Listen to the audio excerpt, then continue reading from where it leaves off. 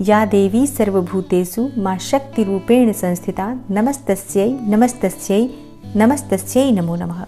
ओम दुम दुर्गाय नमः। जय माता रानी। दोस्तों, आपका बहुत बहुत स्वागत है। माँ भगवती दुर्गा की कृपा आप और आपके पूरे परिवार पर सदा सर्वदा बनी रहे। दोस्तों, आज की वीडियो में मैं आपसे बात करने वाली हूँ माघ मास की नवरात्रि के बारे में। माघ मास में आने वाली नवरात्रि को गुप्त नवरात्रि कहा जाता है और शक्ति की साधना का सबसे बड़ा पर्व होता है नवरात्रि का पर्व, जो कि सनातन धर्म में बहुत ही पवित्र माना गया है। सनातन धर्म में शास्त्रों के अनुसार कुल 4 नवरात्रि का वर्णन है। चैत्र मास की नवरात्रि, शारदीय नवरात्रि जिन्हें की प्रकट नवरात्रि कहा जाता है, और इसके अलावा 2 गुप्त नवरात्रि होती हैं, जो कि एक माघ मास में आती है और दूसरी आती है आषाढ़ मास में। और जैसे कि प्रकट नवरात्रि होती है शारदीय नवरात्रि और चैत्र नवरात्रि, जो कि शुक्ल पक्ष की प्रतिपदा तिथि से प्रारंभ होकर और नौमी तिथि पर समाप्त होती हैं, उसी प्रकार से माघ मास की और आषाढ़ मास की जो गुप्त नवरात्रि होती है, ये भी शुक्ल पक्ष की प्रतिपदा तिथि से प्रारंभ होकर और नौमी तिथि तक समाप्त होती है। लेकिन प्रकट नवरात्रि में जिस प्रकार से हम माँ दुर्गा के 9 स्वरूपों की आराधना करते हैं, जैसे कि प्रथमम शैलपुत्री च, द्वितीयम ब्रह्मचारिणी, तृतीयम चंद्रघंटेति, कुष्मांडेति चतुर्थकम, पंचमम स्कंदमातेति, षष्ठम कात्यायनीति च, सप्तमम कालरात्रीति, महागौरीति चाष्टमम। तो ये 9 रूप होते हैं माँ दुर्गा के, जिनकी आराधना प्रकट नवरात्रि में की जाती है। जबकि गुप्त नवरात्रि में माँ दुर्गा के 9 स्वरूपों के साथ 10 महाविद्याओं की भी आराधना की जाती है। और उन 10 महाविद्याओं के नाम हैं माँ काली, माँ तारा, माँ त्रिपुर सुंदरी, माँ भुवनेश्वरी, माँ छिन्नमस्ता, माँ त्रिपुर भैरवी, माँ धूमावती, माँ बगलावती, माँ मातंगी, माँ कमला देवी। तो ये 10 महाविद्याएं हैं जो माँ दुर्गा का ही स्वरूप मानी जाती हैं। और गुप्त नवरात्रि में इनकी विशेष रूप से आराधना करने से सभी प्रकार की मनोकामनाएं पूर्ण होती हैं और समस्त प्रकार के सिद्धियों की प्राप्ति होती है। दोस्तों, गुप्त नवरात्रि में कोई भी मंत्र, कोई भी पूजा पाठ और किसी भी अनुष्ठान का फल बहुत शीघ्र प्राप्त होता है। इसलिए गुप्त नवरात्रि को सिद्धियों को प्राप्त करने वाला, मनोकामनाओं को पूर्ण करने वाला बहुत ही खास समय माना गया है। और इस बार साल 2023 में गुप्त नवरात्रि का प्रारंभ हो रहा है 22 जनवरी से और समाप्त होगी 30 जनवरी को। माघ मास के शुक्ल पक्ष की प्रतिपदा तिथि प्रारंभ हो रही है 22 जनवरी को सुबह 2:22 पर, मतलब ये अर्धरात्रि के बाद का समय होगा। और इसलिए 22 जनवरी को सूर्योदय काल में हमें प्रतिपदा तिथि प्राप्त हो रही है और 22 जनवरी से ही माघ मास के गुप्त नवरात्रि का प्रारंभ होगा और समाप्त हो रही है प्रतिपदा तिथि 22 जनवरी को ही रात्रि में 10:27 पर। और जैसा कि नवरात्रि में कलश स्थापना का बहुत महत्व होता है, तो कलश स्थापना का शुभ मुहूर्त नोट कर लीजिए। कलश स्थापना का शुभ मुहूर्त है 22 जनवरी को सुबह 9:59 से सुबह 10:46 तक। और हाँ, अगर आप इस समय में कलश की स्थापना नहीं कर पाते हैं तो अभिजीत मुहूर्त में भी आप कलश की स्थापना कर सकते हैं। और अभिजीत मुहूर्त रहेगा 22 जनवरी को दोपहर में 12:17 से दोपहर 1 बजे तक। तो देखिए, अगर आप सुबह के मुहूर्त में घट की स्थापना नहीं कर पाते हैं तो ऐसे में आप कलश की स्थापना अभिजीत मुहूर्त में भी कर सकते हैं। और बहुत से भक्तों के प्रश्न आते हैं कि क्या कलश की स्थापना करना गुप्त नवरात्रि में आवश्यक है। तो देखिए, नवरात्रि की जो पूजा होती है विशेष रूप से बहुत महत्वपूर्ण होती है। पूरे 9 दिन हम पूजा आराधना करते हैं, तो ऐसे में कलश स्थापना करना अत्यंत ही श्रेष्ठ माना जाता है। लेकिन मान लीजिए कि आप किसी भी कारणवश कलश की स्थापना नहीं कर पाते हैं, तो भी बिना कलश की स्थापना किए आप पूजा आराधना कर सकते हैं। मतलब जिस प्रकार से आप नॉर्मल नवरात्रि में, प्रकट नवरात्रि में पूजा आराधना करते हैं, बिल्कुल उसी प्रकार से आपको इस नवरात्रि में भी माँ दुर्गा की पूजा आराधना करनी है। जैसे कि 22 जनवरी को प्रतिपदा तिथि है, तो उस दिन आप चाहें तो घट स्थापना कर सकते हैं या बिना घट स्थापना किए भी अपने घर के मंदिर में माँ शैलपुत्री की पूजा कर सकते हैं।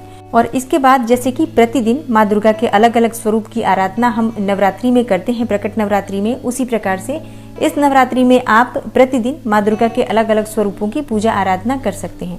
पूजा की विधि बिल्कुल वही होती है। अब बहुत से लोगों के प्रश्न आते हैं कि क्या व्रत करना चाहिए इसमें। तो देखिए, समझने का प्रयास कीजिए। गुप्त नवरात्रि मतलब गुप्त साधना का समय। इस समय में गुप्त रूप से माँ दुर्गा की पूजा आराधना की जाती है और गुप्त नवरात्रि में मंत्रों के जप का विशेष महत्व होता है।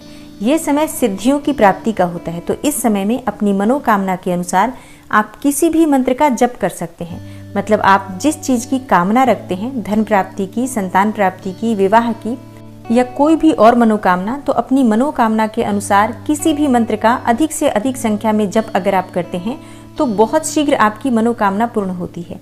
तो ये समय मंत्रों की सिद्धि का समय होता है। तो अब पूरी तरह से ये आपकी इच्छा है कि आप व्रत धारण करना चाहते हैं या बिना व्रत किए माँ दुर्गा की आराधना करना चाहते हैं। तो ये समय विशेषकर आराधना का होता है, गुप्त रूप से साधना का होता है। अगर आप व्रत करते हैं तो व्रत के नियम बिल्कुल वही होते हैं जो नॉर्मल नवरात्रि में होते हैं, जो हम प्रकट नवरात्रि में करते हैं व्रत के नियम का पालन। और अगर आप व्रत नहीं करते हैं तो सात्विक भोजन रखेंगे, जैसे कि बिना लहसुन प्याज का भोजन करके, और आप गुप्त नवरात्रि की पूजा कर सकते हैं। और हाँ, जैसे कि प्रकट नवरात्रि में ब्रह्मचर्य का पालन करना और घर की साफ सफाई रखना, ये सभी नियम आवश्यक होते हैं, उसी प्रकार से गुप्त नवरात्रि में भी आपको इन बातों का ध्यान रखना होगा। अगर आप माँ दुर्गा की पूजा कर रहे हैं, कोई भी मंत्र जप कर रहे हैं या फिर आप कलश की स्थापना कर रहे हैं, तो पूरी तरह से सात्विकता के साथ आपके घर में भोजन बनना चाहिए और पूर्ण रूप से ब्रह्मचर्य का पालन करना चाहिए। तो नियम बिल्कुल वही होते हैं जो कि हम प्रकट नवरात्रि में पालन करते हैं, उन्हीं सभी नियमों का पालन हमें गुप्त नवरात्रि में भी करना चाहिए। और बिल्कुल प्रकट नवरात्रि की तरह ही माँ दुर्गा की पूजा आराधना करनी चाहिए। बस इस बात का ध्यान गुप्त नवरात्रि में रखना चाहिए कि इस नवरात्रि में आप जो मंत्र जप कर रहे हैं, जो भी पूजा पाठ कर रहे हैं, जिस भी मनोकामना से कर रहे हैं, वो मनोकामना, वो मंत्र, वो पूजा आप किसी को बताते नहीं हैं। मतलब अपनी पूजा, अपनी साधना गुप्त रखी जाती है। तो ऐसे में कई लोगों के प्रश्न आते हैं कि घर में और भी लोग रहते हैं तो उन्हें पता चल जाएगा तो क्या हमें पूजा का फल मिलेगा। देखिए, परिवार में जितने भी सदस्य हैं उन्हें ये तो पता चलेगा कि आप पूजा कर रहे हैं, कुछ स्पेशल पूजा हो रही है आपके द्वारा, लेकिन उनसे कम से कम इतनी तो जरूर आप गोपनीयता रखिए कि आप किस मंत्र का जप कर रहे हैं, किस मनोकामना से कर रहे हैं, ये मत बताइए। अगर आप इतना ध्यान रख लेंगे तो आपकी पूजा का आपको संपूर्ण फल मिलेगा। देखिए, जो हम पूजा करते हैं, अगर हम उसकी हर जगह चर्चा ना करें, हर जगह हर किसी से अपनी पूजा पाठ, अपने व्रत का उल्लेख ना करें, तो हमारी पूजा का संपूर्ण फल हमें प्राप्त होता है। और ये नियम तो हमें हमेशा ही पालन करना चाहिए, चाहे गुप्त नवरात्रि हो या बिना किसी नवरात्रि के हम पूजा कर रहे हैं। अपनी पूजा की चर्चा हर समय हर किसी से नहीं करनी चाहिए।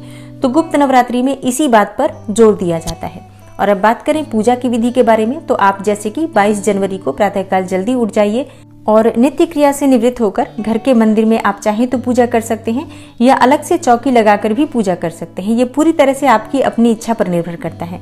आप चाहें तो एक अखंड दीपक भी प्रज्वलित कर सकते हैं या बिना अखंड दीपक प्रज्वलित किए सुबह शाम दोनों समय जब आप पूजा करते हैं उस समय दीपक प्रज्वलित कर लीजिए। मतलब अखंड दीपक भी प्रज्वलित करना पूरी तरह से आपकी अपनी इच्छा पर निर्भर करता है। कलश की स्थापना भी आप चाहें तो कर सकते हैं, नहीं चाहते हैं कलश की स्थापना करना तो कोई ज़रूरत नहीं है। सिर्फ जब आप पूजा करते हैं, जैसे कि हम घर के मंदिर में प्रतिदिन भी जल का एक पात्र रखते ही हैं, तो आप वो जल का पात्र ज़रूर रखिए जब पूजा कर रहे हैं, तो इतना ध्यान रख लीजिए। अब उसके बाद जैसे कि आप जो पूजा करना चाहते हैं, अगर किसी भी मंत्र का जप आप करना चाहते हैं विशेष रूप से, तो माँ दुर्गा के सामने संकल्प लीजिए कि आप इस मनोकामना से इस मंत्र का इतनी संख्या में जप करेंगे। मतलब माँ दुर्गा के सामने कहिए कि कौन सा मंत्र आप जपना चाहते हैं, कितनी संख्या में जपना चाहते हैं और किस मनोकामना से जपना चाहते हैं। माँ दुर्गा से प्रार्थना कीजिए कि आपकी मनोकामना पूर्ण करें, आपकी पूजा, आपकी प्रार्थना स्वीकार करें। और पूजा पाठ में जाने अनजाने कोई गलती हो जाती है तो माँ दुर्गा उसे क्षमा करें। इस प्रकार से माँ दुर्गा से प्रार्थना करके आप नवरात्रि का प्रारंभ कीजिए। उसके बाद माँ दुर्गा की विधि विधान से पूजा कीजिए। जो भी सामग्री आपके पास उपलब्ध हो, जैसे अगर आपके पास माँ दुर्गा की मूर्ति है, विग्रह है, तो आप उनका अभिषेक कर सकते हैं, लाल वस्त्र उन्हें धारण करा सकते हैं। विग्रह नहीं है, अगर आपके पास सिर्फ तस्वीर है माँ दुर्गा की, तो आप लाल चुन्नी माँ दुर्गा को अर्पित करें, लाल पुष्पों से माँ की पूजा करें। भोग प्रसाद प्रतिदिन जैसे कि हम नवरात्रि में अर्पित करते हैं, उसी प्रकार से माँ दुर्गा को फलों का भोग अर्पित करें। जो भी आपके पास सफेद मिठाई हो तो आप उसका भोग लगा सकते हैं। लेकिन गुप्त नवरात्रि में जो माँ दुर्गा को विशेष भोग अर्पित किया जाता है वो होता है पान के पत्ते पर लौंग, मतलब 2 फूल वाली लौंग आपको रखनी है और एक बतासा रखकर माँ दुर्गा को दोनों समय अर्पित करना चाहिए। सुबह और शाम दोनों समय आप पूजा करेंगे और दोनों समय आप इसी प्रकार से पान के पत्ते पर एक बतासा 2 फूल वाली लौंग रखकर माँ दुर्गा को अर्पित कीजिए। और हाँ, बहुत से लोगों के प्रश्न आते हैं कि फिर पान के पत्ते का, लौंग बतासे का क्या करना है। देखिए, पान का पत्ता 9 दिन की नवरात्रि जब समाप्त होती है तो हम विसर्जित कर देते हैं। और लौंग जो हम 2 अर्पित करते हैं प्रतिदिन की, सुबह शाम की, दोनों समय की लौंग आप चाहे तो एक जगह इकट्ठी कर लीजिए, 9 दिन की पूरी हो जाती है तो। और नवरात्रि के अंतिम दिन एक लाल कपड़े में बांधकर अपने धन रखने के स्थान पर रख सकते हैं, पर्स में रख सकते हैं, अगर व्यापारिक स्थल है आपके यहाँ तो गले में रख सकते हैं। इससे आपके घर में हमेशा माँ दुर्गा का आशीर्वाद बना रहता है और हमेशा आपके घर में धन की स्थिति अच्छी रहती है, आर्थिक स्थिति आपकी अच्छी होती है। और बताशे आप प्रतिदिन माँ दुर्गा की पूजा कर रहे हैं, उसके बाद से हर रोज प्रसाद स्वरूप परिवार के सदस्य ग्रहण कर सकते हैं। तो गुप्त नवरात्रि में दोनों समय आपको पूजा करनी है, सुबह और शाम, और दोनों ही समय आपको आरती करनी है। लौंग और कपूर की आरती इस समय में करने से घर से सभी प्रकार की नकारात्मक ऊर्जा दूर होती है। तो सुबह और शाम दोनों समय लौंग और कपूर जलाकर माँ दुर्गा की आरती कीजिए और माँ दुर्गा से प्रार्थना कीजिए कि हर प्रकार के संकट से आपकी रक्षा करें। और अब बात करें मंत्रों के बारे में, तो देखिए नवरात्रि का जो विशेष मंत्र होता है, नवार्ण मंत्र होता है, ओम ऐं ह्रीं क्लीं चामुंडाय विचे। ये मंत्र आप अधिक से अधिक संख्या में जप सकते हैं। इस मंत्र को जपने से किसी भी प्रकार की मनोकामना पूर्ण होती है। और इसके अलावा जैसे कि धन प्राप्ति के लिए आप चाहें तो माँ लक्ष्मी के किसी भी मंत्र का जप कर सकते हैं, श्री सूक्त का पाठ कर सकते हैं, कनकधारा स्तोत्र का पाठ कर सकते हैं, या माँ लक्ष्मी के किसी भी मंत्र का स्तोत्र का पाठ कर सकते हैं। संतान प्राप्ति की कामना है तो आप संतान गोपाल मंत्र का अधिक से अधिक जप कर सकते हैं, और विवाह की कामना है तो कात्यायनी माता के मंत्रों का जप कर सकते हैं। और इसके अलावा भी जैसे अगर आप कोई मंत्र सिद्ध करना चाहते हैं, जैसे कि अपने इष्ट देवता के मंत्रों को सिद्ध करना चाहते हैं, गुरु मंत्र का जप करना चाहते हैं, तो बिल्कुल ये जो समय है बहुत शुभ समय है। इस समय में आप किसी भी मंत्र को सिद्ध कर सकते हैं। साबर मंत्र सिद्ध करना चाहते हैं, हनुमान चालीसा का पाठ करना चाहते हैं, दुर्गा चालीसा का पाठ करना चाहते हैं, अपनी इच्छा के अनुसार किसी भी मंत्र का, किसी भी स्तोत्र का, किसी भी चालीसा का पाठ आप कर सकते हैं। और बात करें कि मंत्रों की सिद्धि के लिए विशेष समय क्या होगा, तो देखिए गुप्त नवरात्रि में अगर आप नॉर्मल पूजा करना चाहते हैं, माँ की आराधना करना चाहते हैं, तो सुबह शाम का समय सबसे श्रेष्ठ समय है। लेकिन अगर आप कोई मंत्र सिद्ध करना चाहते हैं, किसी विशेष मनोकामना से कोई मंत्र जप कर रहे हैं, तो प्रयास कीजिए रात्रि के समय में माँ दुर्गा की पूजा करें। जैसे कि रात्रि में घर के सभी काम करने के बाद आप निश्चिंत होकर माँ दुर्गा के सामने दीप जलाकर और आसन डालकर बैठ जाइए, और जिस भी मंत्र का जप करना चाहते हैं बिल्कुल शांत मन से, एकाग्र होकर और समर्पित भाव से आप अपने मंत्रों का जप कर सकते हैं। तो रात्रि का समय विशेष रूप से महत्वपूर्ण है। इसके अलावा आप चाहे तो ब्रह्म मुहूर्त का समय बहुत श्रेष्ठ समय है। ब्रह्म मुहूर्त में उठ जाइए, स्नान इत्यादि करके और माँ दुर्गा की पूजा आराधना करके मंत्र जप कर सकते हैं। तो मंत्रों की सिद्धि के लिए तो देखिए यही समय विशेष रहता है। या तो आप रात्रि में बैठें जबकि आपके घर में बिल्कुल शांत माहौल हो, और या फिर आप ब्रह्म मुहूर्त में उठ जाइए, सबके उठने से पहले उठ जाइए, स्नान कर लीजिए, माँ दुर्गा के सामने दीपक जलाकर और जितनी भी संख्या में आप मंत्र जप करना चाहते हैं मंत्र जप कीजिए, माँ दुर्गा की पूजा आराधना कीजिए, उनकी आरती कीजिए। ये समय सबसे श्रेष्ठ समय है। तो अपनी सुविधा के अनुसार कोई भी समय निश्चित कर लीजिए और उसी के अनुसार आप पूजा आराधना कीजिए। अब बहुत से लोगों के प्रश्न आते हैं कि कितनी संख्या में मंत्र जप करना चाहिए। तो देखिए ये तो आपकी अपनी इच्छा पर निर्भर करता है। कहा जाता है जितना गुड़ डालो उतना मीठा। तो जितनी अधिक संख्या में आप मंत्र जप करेंगे उतना अधिक आपको प्रभाव मिलेगा। तो अपनी इच्छा के अनुसार, अपनी समय के अनुसार आप देख लीजिए कि इस समय में आप कितने मंत्रों का जप कर सकते हैं। निश्चित संख्या करके मंत्र जप कीजिए। और हाँ, नवरात्रि के समापन वाले दिन जितना भी आपने मंत्र जप किया होता है उसका दशांश आपको हवन करना होता है, तो वो आप जरूर कर लीजिए। हवन नहीं कर सकते हैं तो जितने मंत्र जप किए हैं उसका दशांश आपको अधिक संख्या में मंत्र जप करना होता है। दोस्तों 22 जनवरी से 30 जनवरी तक का समय माँ दुर्गा को समर्पित करके विधि विधान से पूजा आराधना कीजिए, उनके मंत्रों का जप कीजिए। श्रद्धा भाव से पूजा आराधना करते हैं अगर हम, तो निश्चित ही हमारी सभी परेशानियां माँ दुर्गा हर लेती हैं और सभी प्रकार के सुख हमें प्रदान करती हैं।